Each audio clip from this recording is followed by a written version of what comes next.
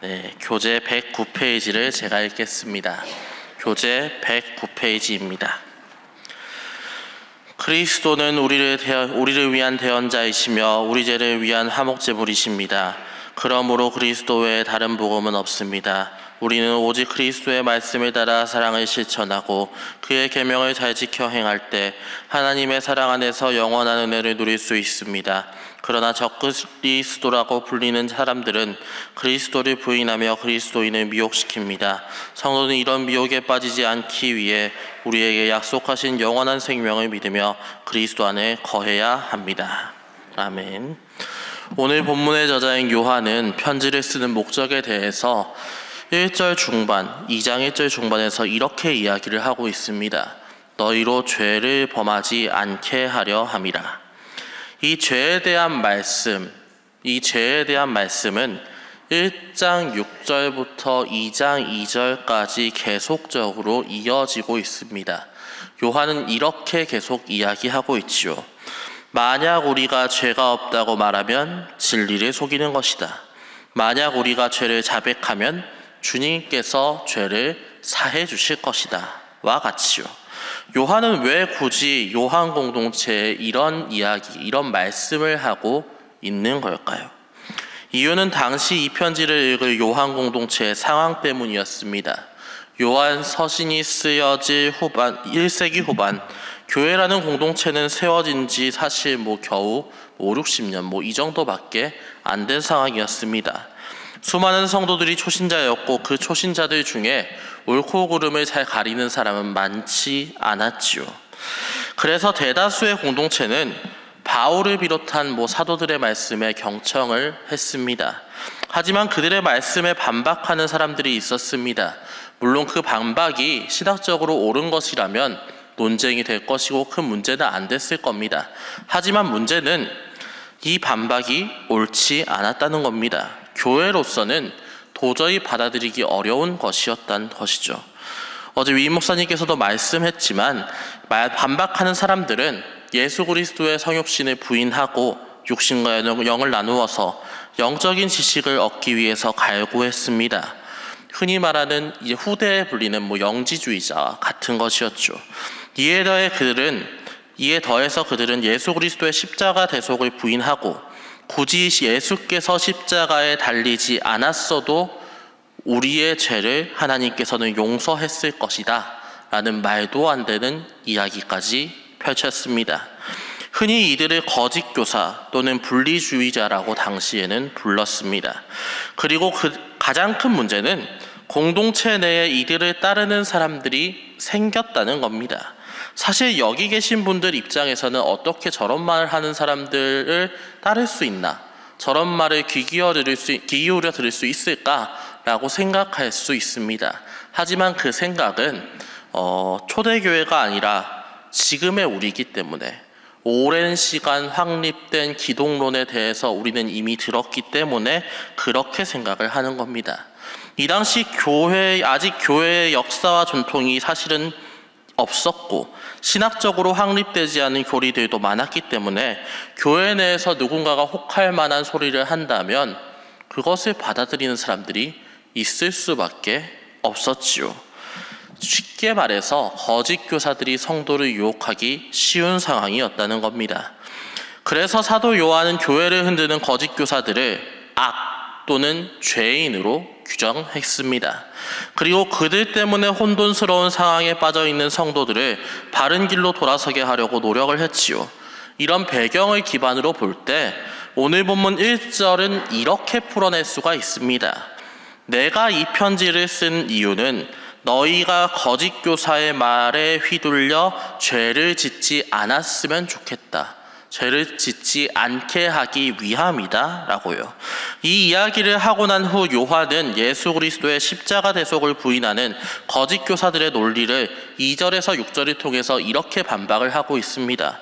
잠시 풀어서 제가 얘기해보면 예수 그리스도께서 우리의 죄를 대속하기 위해서 화목제물, 정확히 말하면 속죄제물이 되셨다.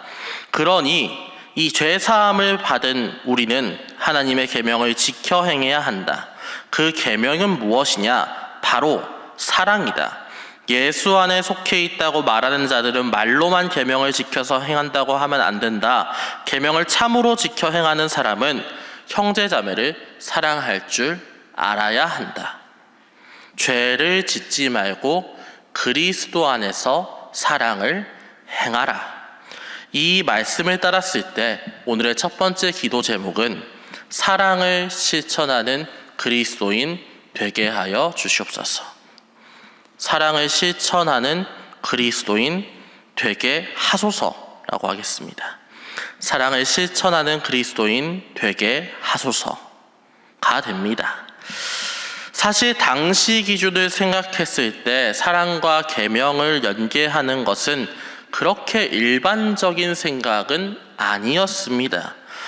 요한에게는 물론 익숙했겠지만 많은 이들이 도대체 계명을 지키는 것과 사랑하는 게 무슨 상관이 있는 것이냐라고 생각을 했지요. 왜냐하면 계명, 즉 율법은 유대인들이 구원을 위해서 토시 하나 틀리지 않고 열심히 지켜 행하려 했던 것이고 그 안에는 사랑이 없어 보였기 때문입니다. 하지만 우리는 그리스도께서 옛 계명을 새 계명이 되게 하신 사건을 알고 있습니다. 물론 그것은 완전히 새로운 계명을 말씀하신 것은 아니었지요. 오히려 그 계명은 옛 계명에서 한치도 변하지 않은 것입니다. 다만 주님께서는 그동안 계명을 열심히 지키는 데만 몰두하여 율법을 지키는 목적, 왜 율법을 지켜야 하는가에 대한 생각을 잊어버린 유대인들에게 참 의미를 알려주었습니다. 그리고 요한은 이러한 주님의 가르침, 왜 율법을 지켜야 하는가에 대한 그 가르침에 대해서 알고 있었습니다. 그래서 요한은 7절 이후에 계명과 사랑이 왜 연관되는지에 대해서 이야기를 하고 있습니다. 7절에서 11절입니다. 우리 좀 기니까 7절에서 11절 우리 교독으로 읽도록 하겠습니다. 사랑하는 자들아, 내가 새 계명을 너희에게 쓰는 것이 아니라 너희가 처음부터 가진 옛 계명이니 이 옛 계명은 너희가 들은 바 말씀이거니와.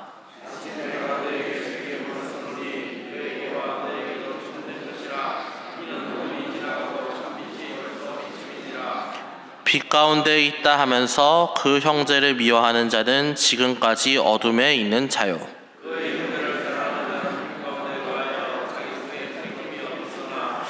그의 형제를 미워하는 자는 어둠에 있고 또 어둠에 행하며 갈 곳을 알지 못하나니 이는 그 어둠이 그의 눈을 멀게 하였음이라. 아멘.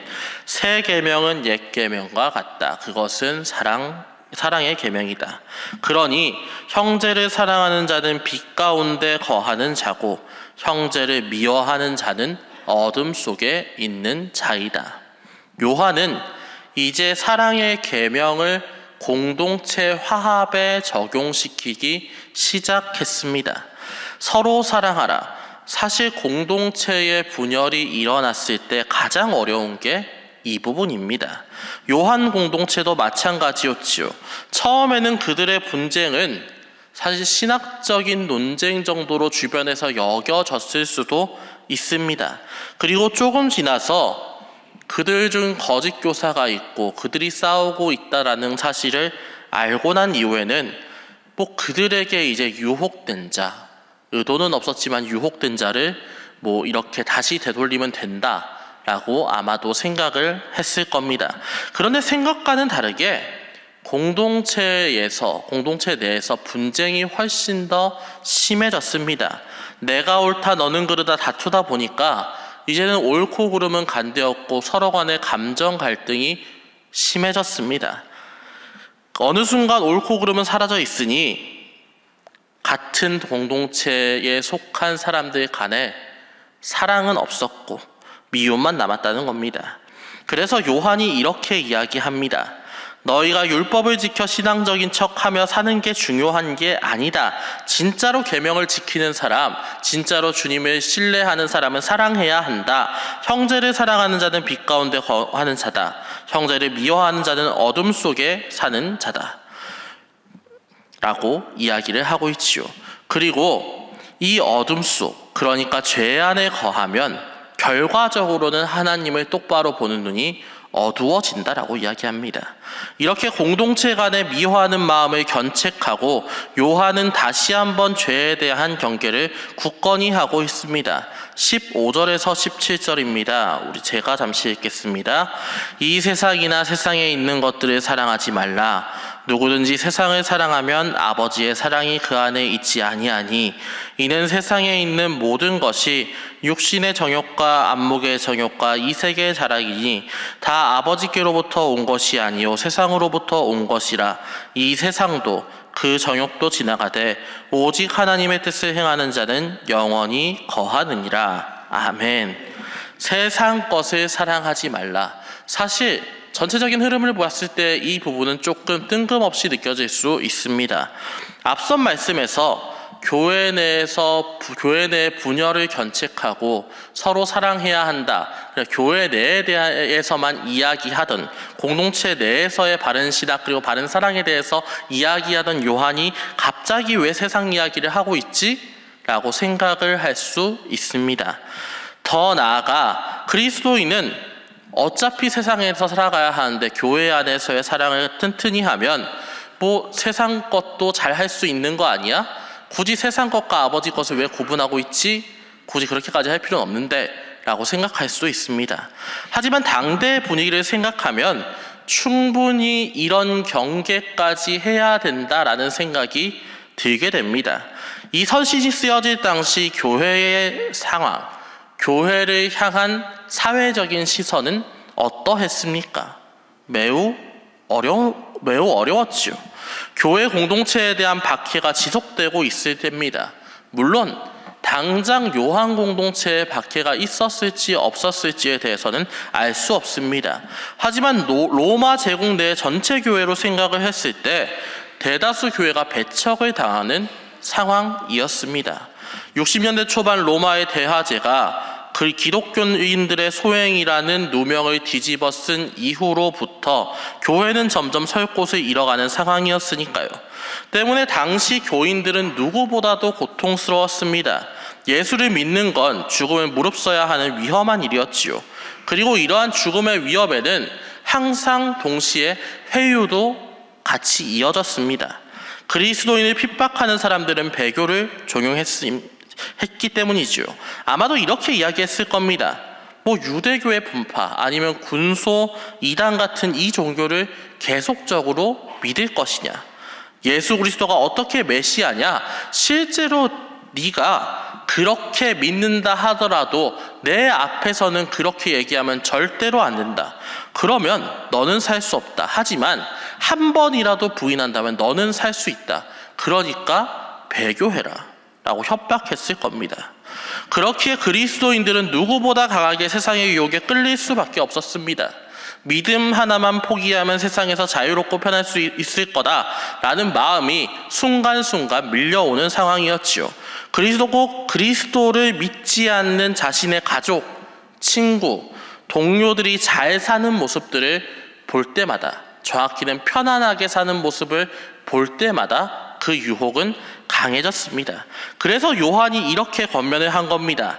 세상 것들을 사랑하지 말라. 세상 것들을 사랑하면 아버지를 사랑할 수 없다. 육신의 정욕, 안목의 정욕, 이생의 자랑, 그 모든 것도 잠시 잠깐이면 지나간다. 오직 너희는 영원하신 하나님의 뜻을 따라야 한다 라고 이야기합니다. 이에 따른 오늘의 두 번째 기도 제목은 일시적인 세상에 현혹되지 않고 영원하신 하나님만 따르게 하소서입니다. 일시적인 세상에 현혹되지 말고 않고 영원하신 하나님만 따르게 하소서입니다. 일시적인 세상에 현혹되지 않고 영원하신 하나님만 따르게 하소서입니다. 사실 초대교회 때뿐만 아니라 지금도 세상은 그리스도인들을 역시나 유혹합니다. 조금만 인간적으로 생각을 해보면 그렇지요. 자잘한 것만 생각해도 새벽에 교회를 오지 않으면 1시간 정도, 2시간 정도 더 잘 수 있습니다. 새벽기도 잘 안 나오시는 분들은 새벽기도 나오면 하루의 컨디션이 너무나 힘듭니다라고 핑계를 댑니다. 그 핑계를 실천할 수 있겠지요. 더 나아가 주일 예배 나오지 않으면 금요일 저녁부터 주일까지 가족과 여가를 즐길 수도 있고 짧게나마 여행을 떠날 수도 있습니다. 그래서 세상에서 볼 때 교회 다니는 것은 미련한 짓입니다. 그래서 세상은 우리를 유혹하지요. 그런 멍청한 짓, 그런 힘 소모되는 짓 그만하고 우리 같이 여행이나 가자. 친구끼리 모여가지고 친목도 다지고 놀면서 즐겁게 즐기자. 교회 다닐 시간이 있으면 가족한테 시간을 좀 더 투자해야 되는 거 아니냐라고 물어오며 우리를 압박합니다. 그리고 이런 압박은 앞서 이야기했듯이 교회 안팎으로 계속적으로 지속됩니다. 그래서 요한이 이렇게 이야기하는 겁니다. 우리 18절에서 20절의 말씀을 함께 읽겠습니다. 18절에서 20절의 말씀 함께 읽겠습니다. 아이들아, 지금은 마지막 때라. 적그리스도가 오라는 말을 너희가 들은 것과 같이 지금도 많은 적그리스도가 일어났으니 그러므로 우리가 마지막 때인 줄 아노라. 그들이 우리에게서 나갔으나 우리에게 속하지 아니하였나니 만일 우리에게 속하였더라면 우리와 함께 거하였으려니와 그들이 나간 것은 다 우리에게 속하지 아니함을 나타내려 함이니라. 너희는 거룩하신 자에게 기름 부음을 받고 모든 것을 아느니라. 아멘. 지금도 많은 적그리스도가 일어났다. 그만큼 힘들다라는 이야기입니다. 그리고 누군가는 그들에게 미혹되고 누군가는 세상에 미혹되어서 배교했습니다. 그래서 요한은 그들과 성도의 다른 점에 대해서 이렇게 이야기를 하고 있습니다. 너희는 거룩하신 자에게서 기름 부음을 받고 모든 것을 알고 있다라고요. 너희는 모든 것. 그리스도가 우리를 위해서 죽으시고 대속하셨으며 어려움을 이겨냈을 때 주님의 나라가 임할 것을 알기 때문에 이 어려움을 버틸 수 있다. 너희는 충분히 그럴 수 있는 사람이다 라고 이야기하는 겁니다. 그리고 이 버틴 끝에 있는 것이 무엇입니까? 25절에 이렇게 나옵니다. 그가 우리에게 약속하신 것은 이것이니 곧 영원한 생명이라. 이 말씀을 근거로 할 때 마지막 세 번째 기도 제목은 어려움을 잘 버티어 영원한 생명을 얻는 그리스도인 되게 하소서입니다. 어려움을 잘 버티어 영원한 생명을 얻는 그리스도인 되게 하소서입니다. 어려움을 잘 버티어 영원한 생명을 얻는 그리스도인 되게 하소서입니다. 오늘 요한의 말씀은 요한 공동체뿐만 아니라 우리가 어려움을 버티고 서로 사랑해야 하는 이유에 대해서 알려주고 있습니다. 왜 우리는 그리스도인으로 살아야 하는가? 그리고 왜 유혹에 무너지지 않고 주님을 따라야 하는가에 대해서 알려줬습니다. 이 말씀에 따라 서로 사랑하고 화합함으로 때때로 있는 어려움을 이겨내어 온전한 그리스도인으로서 거듭나시는 여러분 되시기를 주님의 이름으로 축원합니다. 네, 오늘 세 가지 기도 제목 놓고 기도하기를 원합니다. 사랑을 실천하는 그리스도인 되게 하소서. 일시적인 세상에 현혹되지 않고 영원하신 하나님만 따르게 하소서. 어려움을 잘 버티어 영원한 생명을 얻는 그리스도인 되게 하소서. 그리고 이에 더해 위임 목사님을 위해서 교육과 청년부를 위해 신일 깔끔히와 주일을 준비하는 모든 이들을 위해서 기도해 주시기 바랍니다.